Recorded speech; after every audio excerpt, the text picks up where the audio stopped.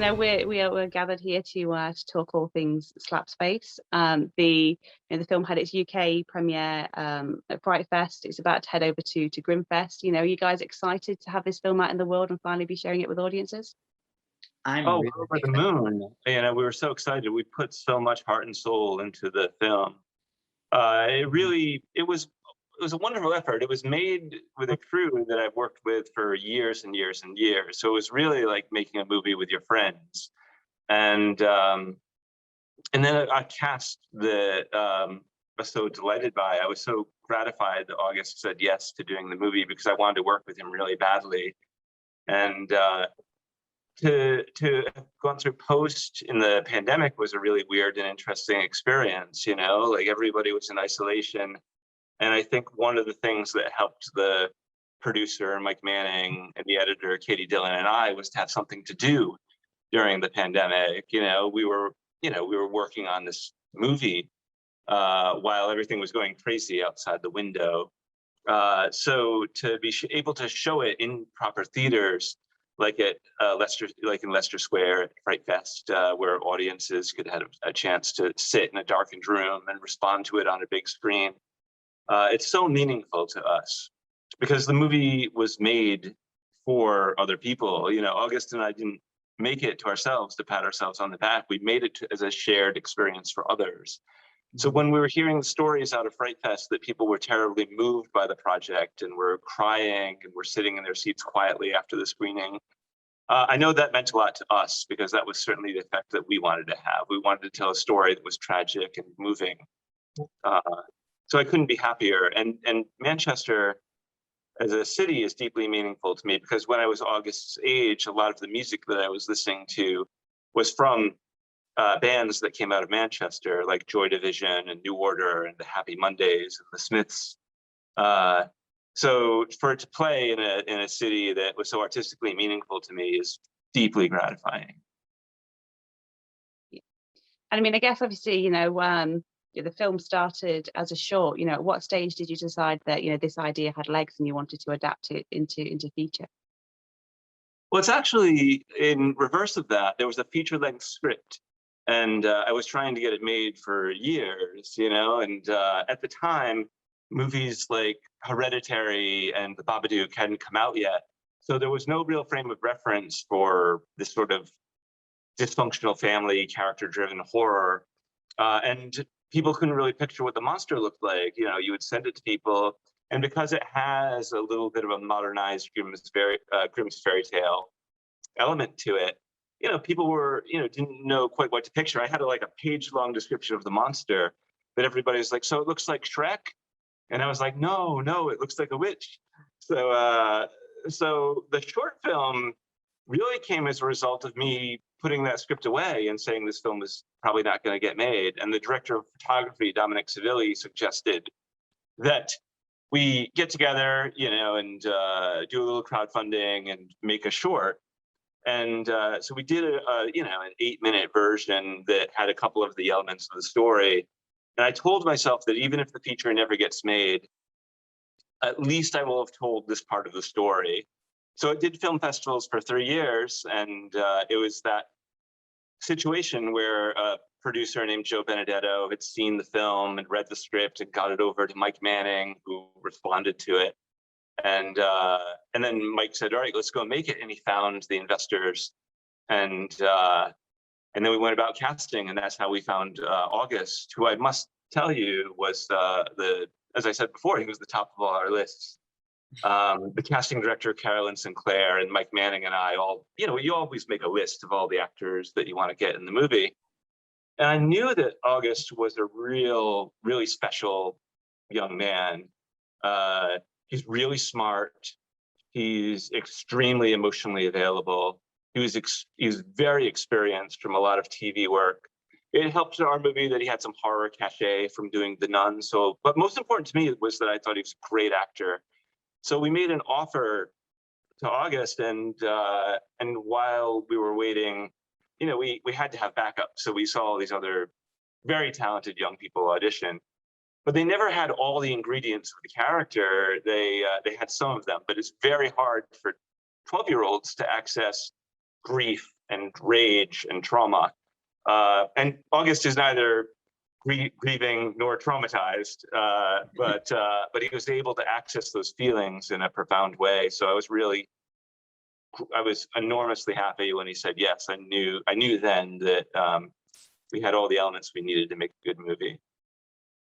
And for you, August, when you did get that script and that offer, what was it about, the character of Lucas that spoke to you and made you want to play them?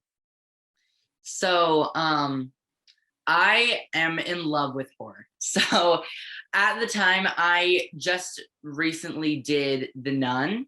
So I didn't like horror before then, but being on The Nun, oh my gosh, like seeing all of the makeup being done with all the dead nuns and stuff, it was so artistic, all of it. And I'm an artist, so it was just really appealing to me and I loved it. So when I got the offer for Slapface and I read the script, I'm like, oh my gosh, I have to play him. And Slapface is about two brothers who are dealing with the loss of their parents who both died in a car crash. And they are dealing with it in a very terrible way of slapping each other. So in order for the little brother, Lucas, who I play, to cope, he goes into the woods and he befriends a witch. And of course, that doesn't go as planned. I mean, like Jeremiah was saying, there are some really tough scenes. There's some tough things, issues and topics that are dealt with. How did you go about sort of accessing those parts?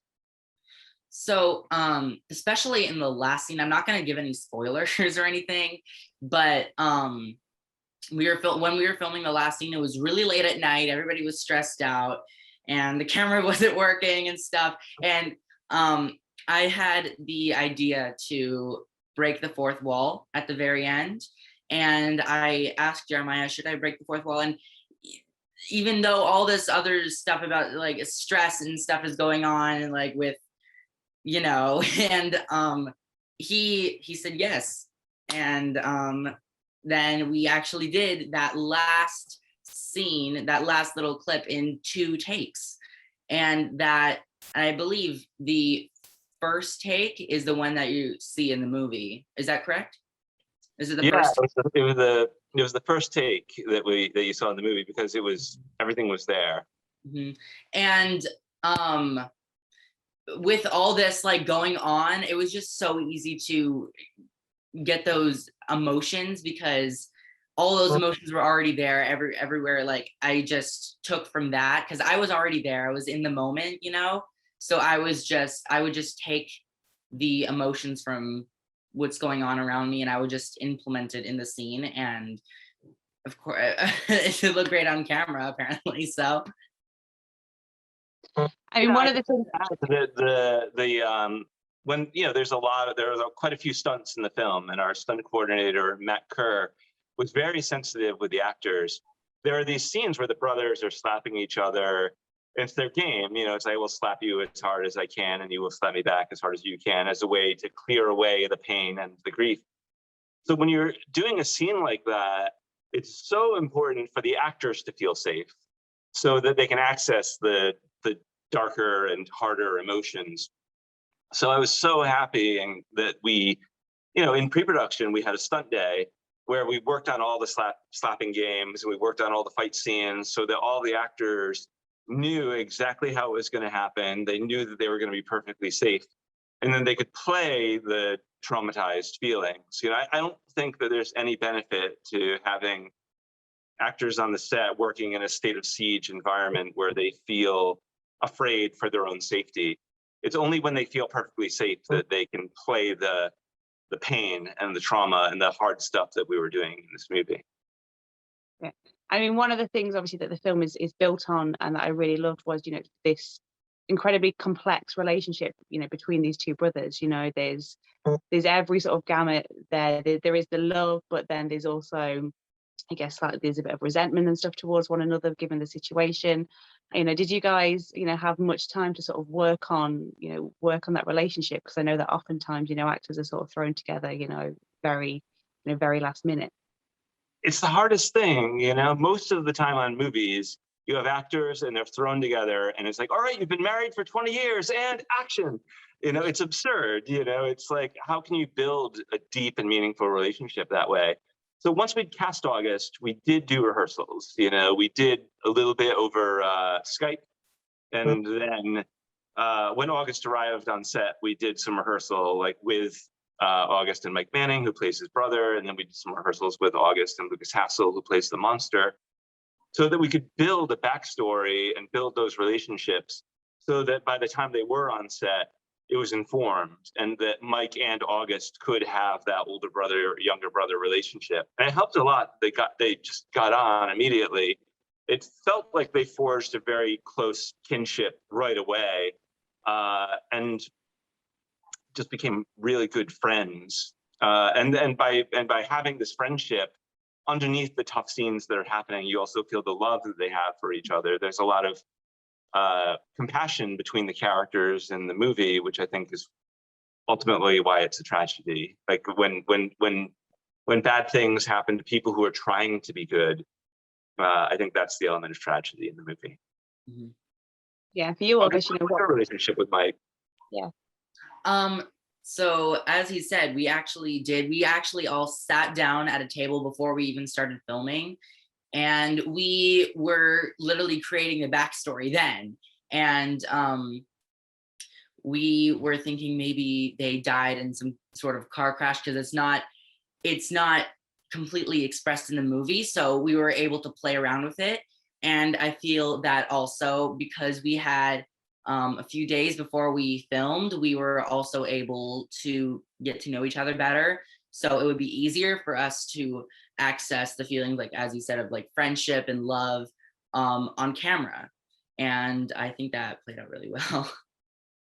Yeah, no, it definitely does sort of shine across. And then obviously, you know, the other big you know, relationship is between, you know, Lucas and the witch.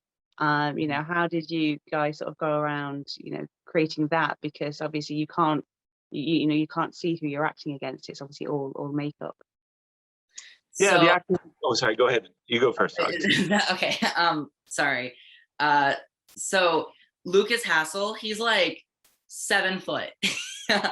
And we did have time to like get to know each other, but during the scenes when he had all the makeup and the costume and everything, he literally looked like the witch. And what was really cool is that it like proved that you can act without even having to speak. Like you could see like all like what's going on with the witch and stuff, and like it's just so cool how you can it's sorry it's just so cool how you can see someone even behind all that makeup and that costume acting, and it's without even saying a thing. And being able to work on him on set was amazing. Yeah, I love the performers that inhabit monsters. I thought Boris Karloff was brilliant in the Universal Frankenstein films, and Doug Jones in Pan's Labyrinth gave such a rich performance underneath all the makeup. Because I think without a great actor, it is just rubber and paint and smoke and mirrors. Lucas Hassel, who played the monster, was with the project longer than anyone else, because back when we were doing readings of the feature-length script, I always asked Lucas to read the screen directions. It's a very visual film and there's not a lot of dialogue. So I hired the best actor I could to read the screen directions, which I think is underdone in reading. To always hire the best actor to do the screen directions, because they're talking more than anyone else and they're communicating the film to whoever is listening. So I told Lucas Hassel 2 things. I said, 1, you're the storyteller. You know, so I'm going to put you right in the center of this group of actors. You're going to talk directly to the audience and make the film feel very real for them. And 2, you have to make the monster feel very real for these people.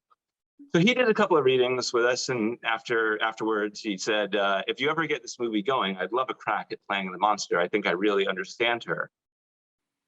So when we did the short film, Lucas came in and played the monster. And then he was one of the few carryovers. Only he and the director of photography, Dominic Savilli, went from the short to the feature.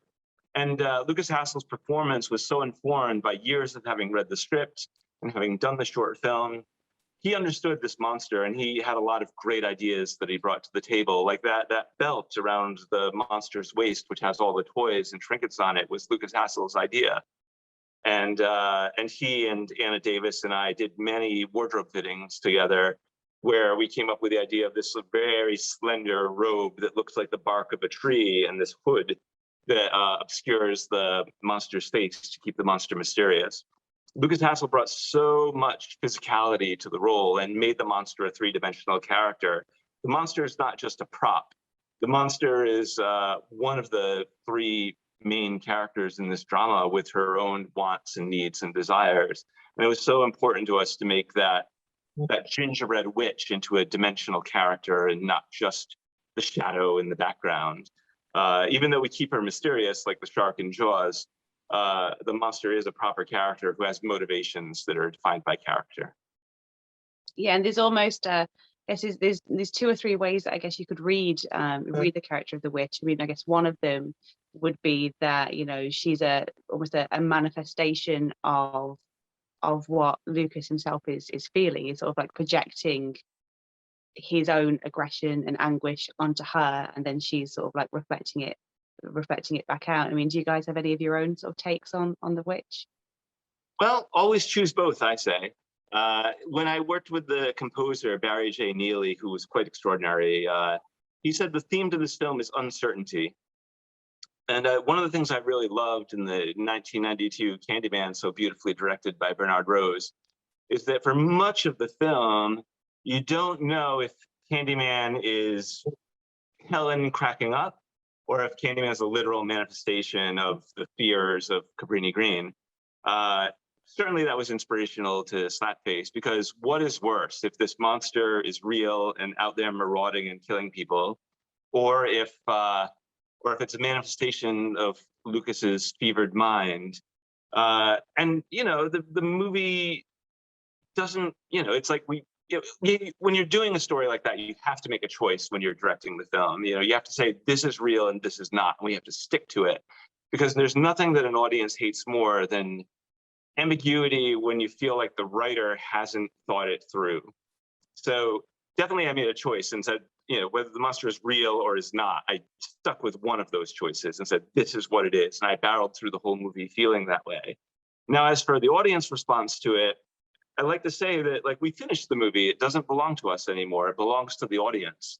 So the audience can either choose to say that Big Bird was correct on Sesame Street and Mr. Snuffleupagus was indeed Big Bird's friend that none of the adults saw, or they can side with the adults on Sesame Street and say that Mr. Snuffleupagus was Big Bird's imaginary friend. Sesame Street did answer that question, and maybe we will too if we ever get the chance to do Slapface 2.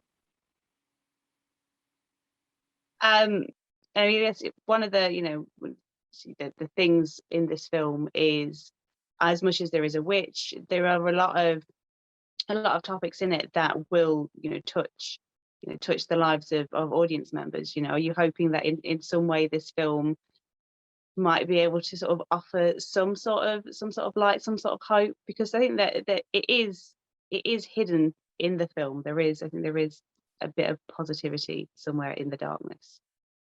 Yeah, I think that, I mean, I love all the characters in this movie, and I feel compassion for all of them, including the bullies.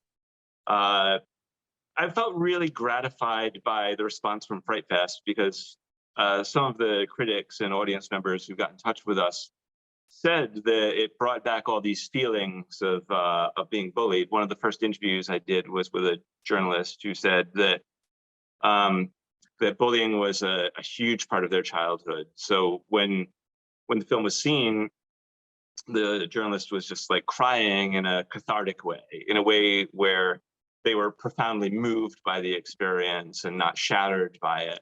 And that would be my hope for anybody who has undergone trauma in their lives if they're watching the film. You know, I think that horror allows a way to talk about these things in a way that is not painful. You know, we can cry and we can have that cathartic experience and we can feel afraid, but at the end of the movie, we're perfectly safe. I think horror movies are able to do that better than anything, because horror creates a metaphor and it creates a distancing device So if people were bullied or abused in their lives and they watch this film, our goal is not to trigger them. Our goal is to communicate with them and say we care about you and we love you and we identify with you and we made this film for you in an embracing way. So even though the film is dark and bleak and tragic, it was very, very important to us that the foundation of the film also be very loving and tender and compassionate. And we care about all the characters, you know, we care about everyone, and we care about the audience as well. You know, we would never want to hurt anybody by watching this movie. We would only want to embrace them and show that we care about anything that happened to them in the past leading up till now. I think that's so important to have a dialogue about abuse, because I think abuse is often mishandled in films, you know, not just horror films. Like the abuser is often painted as the monster with no redeeming values. And often is the case where the abused loves the abuser. The abuser is often extremely close to them. And it's not as black and white as to say that that person is pure evil, even though what they are doing is abysmal and wrong. You know, it's very important to acknowledge the humanity of both of those participants in the game that we call Slapface. And for you, August, you know, are you ready for that, you know, for the fact that, you know, some people might, you know, reach out and say, you know, that, you know, like Jeremiah was saying, there's this journalist that like, that was my life from, you know, this age to that age. Mm-hmm. Sorry, what's the question? You know, you sort of, you know, have you had anybody reach out to you yet yourself, or, you know, are you sort of like preparing yourself that, you know, this is a film that is going to touch people in that way, and they are going to sort of see your character as this conduit to their former selves? I'm just really happy that this movie does communicate with people instead of just like, because sometimes when I'm watching something scary, it doesn't communicate, you know, it's like you get a jump scare, but like it's not, you just know that it's not real. There's no backstory behind it sometimes, you know. But like with Slapface, there's so much feeling and emotion behind all this trauma and this loss and stuff. It's just so real that it's scary, and that's why it's like it's a thriller. And because it can reach out to people so easily, because so many people are kind of dealing with something of a similar sort. It's easy to just reach out and actually, you know, have the movie just like bring them in, you know, and for it to be so real. And it makes me really happy that the movie's able to do that, you know, because some aren't able to do that. Yeah, I mean, it's definitely one of those films that sort of lingers. It does have that property, which I think is really hard to find with any genre, but I guess particularly horror. The movie also does include bullying too, which I had experience with beforehand, and I feel that's also another reason why it's able to reach out so easily and just like grasp people's hearts. Yeah, he's obviously, you know, an actor obviously, you know, taps that what they know, and I'm sorry that you had that experience. It's fine, but I mean, it's obviously, in a way, as bad as it might have been, it helped because it's, you know, it's given such a you know, compelling performance here. But obviously, you know, Grimfest isn't, you know, it's not the end of Slapface's journey. You were recently acquired by Shudder, you know, the Netflix of horror. You know, it covers all facets of, you know, genre, you know, where it, you know, firstly, you know, how are you feeling about that, and secondly, you know, where do you sort of see Slapface sitting amongst all those other titles? Well, I love Shudder. I watch the programming on Shudder, and I really enjoy the films that they show. I was really pleased that they picked up Slapface at the same time as the Advent calendar, which I'm really looking forward to watching. That one comes out in December, and we come out in early 2022. But I couldn't be happier. I'm over the moon about it because I'm a fan of Shudder, and I like the programming on that streaming service. So I'm really curious to see how Slapface fits in with the rest of their programming. But they cater to every horror viewer. You know, it's like you see, if you want the roller coaster ride, you can find it on Shudder. And if you want George Romero, you can find him on Shudder. You know, and if you want the new films that are coming out with diverse voices, those are on Shudder. So I think that we'll find our home there quite comfortably, because you can, you know, whatever the discerning audience wants that loves horror films, they can find it on Shudder. And I look forward to hearing the response once people have seen Slapface. And I guess, you know, we're here talking about a horror movie, you know, Halloween's just around the corner. You know, do you guys have a favorite go-to film for Halloween night? I love John Carpenter's The Thing. I think it's an extraordinary movie. The acting in it is so good. The special effects by Rob Bottin are so, they burn into your memory. I think that August will grow up to be Kurt Russell. They both have effortless charisma and can carry a horror film. And Slapface in some ways, you know, I won't say that it's a John Carpenter film, but like The Thing was shot in anamorphic and in a widescreen aspect ratio. And certainly those things were inspired by John Carpenter. When I was August's age and watching John Carpenter movies, I always loved his use of widescreen and the way that widescreen can be used to tell a horror film. So that when we were making Slapface was like something that we wanted to do, was play the wide aspect ratio so that you could feel the monster looming in the background, or you could get like that looming big close up of August at the very end of the movie. So yeah, John Carpenter's The Thing, but any John Carpenter movie will do. August? Any horror films to watch during Halloween? I'm not sure. I love horror, so I'm down for anything. But my favorite horror films are the ones that are able to convey some sort of emotion, and it's not just jump scare, you know, like as I was saying before, Slapface is a perfect example. It's not just jump scare, and it's not even like completely horror. It's thriller, and it's more drama thriller than horror, and I really love that about it. And yeah.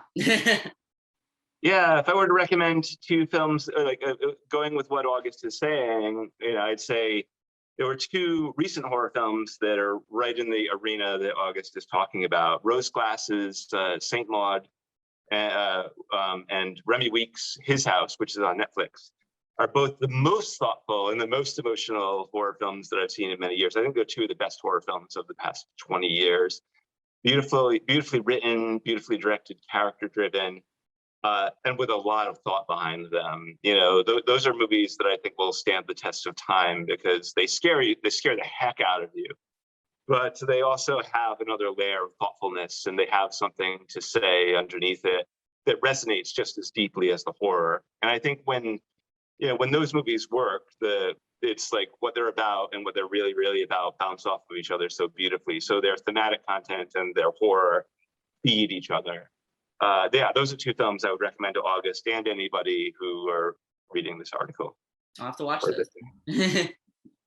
And I guess, you know, my final question, you know, what are you guys up to now that, you know, Slapface is out in the world? I know you sort of teased that maybe a sequel, you know, some stage down the line, but, you know, what are you guys working on right now?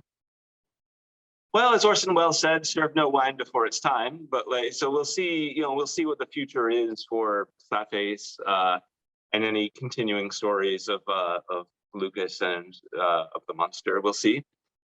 In the meantime, I'm finishing post on a ghost movie called Draw Up and Stare, which has a wonderful cast, including Michael O'Keefe and Melissa Leo and Linda Powell. And I'm about to start, pre-production for some more horror films that are shooting in the early quarter of 2022.